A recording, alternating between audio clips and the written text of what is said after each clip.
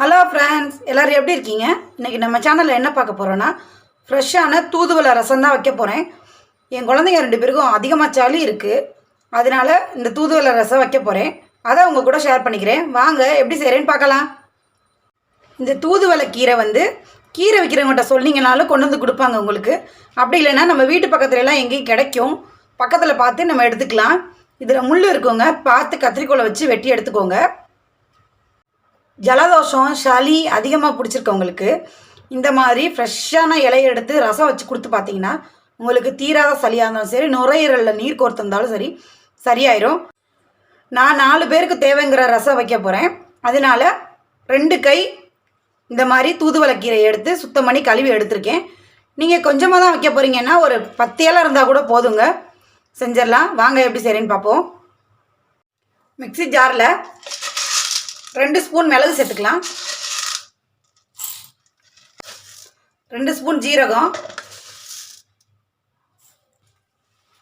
3 வரமிளகா. இதை ஒரு சுற்றி எடுத்துடலாம். மிளகு ஜீரகம் நுணுக்கி எடுத்துகிட்டு வந்துட்டேன்.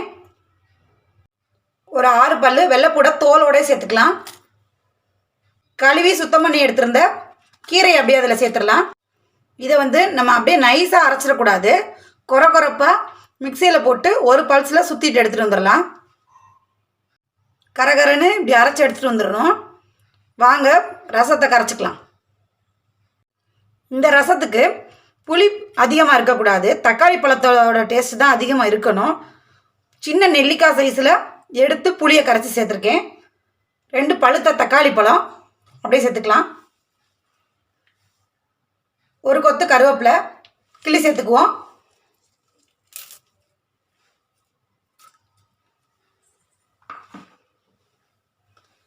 ஒரு கொத்து கொத்தமல்லி சேர்த்துக்கலாம்.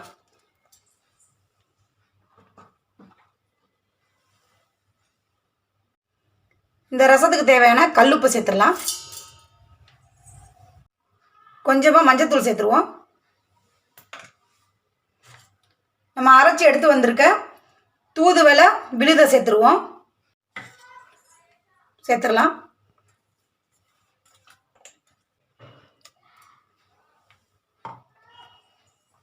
அப்படியே இதை கையால் கரைச்சி விடலாம்.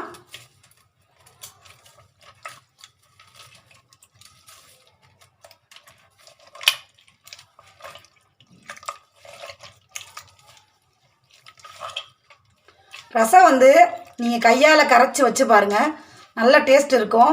தக்காளியை சில பேர் மிக்சியில் அடித்து சேர்ப்பாங்க, அது கொஞ்சம் டேஸ்ட் கம்மியாக தாங்க இருக்கும். இந்த மாதிரி கையால் ரசம் கரைச்சிட்டு வச்சு பாருங்கள். ரசத்தை கையால் நல்லா கரைச்சி எடுத்துட்டேன். இப்போது நமக்கு தேவை எவ்வளோ ரசம் வைக்க போகிறோமோ அவ்வளோக்கு உங்களுக்கு தண்ணி சேர்த்துக்கோங்க பார்த்து. நான் 2 கிளாஸ் தண்ணி சேர்க்குறேன்.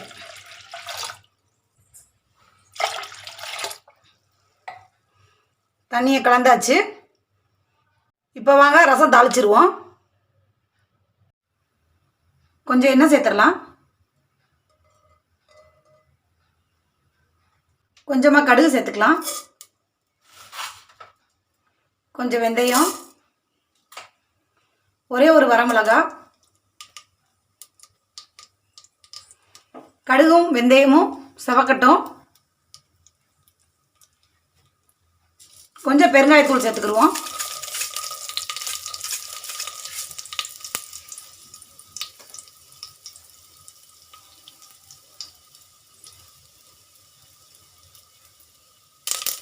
கடுகு வெடிச்சிருச்சு. இப்போ ரசத்தை ஊற்றிடலாம்.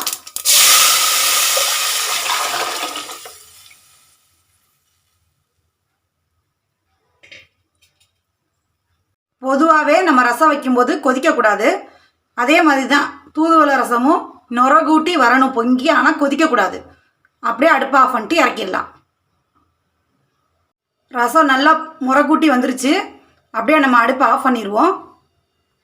இப்போ நம்மளுக்கு சுட சுட தூதுவளை ரசம் நமக்கு ரெடி ஆயிடுச்சு. இதே மாதிரி உங்கள் வீட்டிலே செஞ்சு கொடுத்துட்டு எப்படி இருக்குன்னு எனக்கு கமெண்ட்ஸில் சொல்லுங்கள் ஃப்ரெண்ட்ஸ். லைக் பண்ணுங்கள், ஷேர் பண்ணுங்கள், கமெண்ட் பண்ணுங்கள்.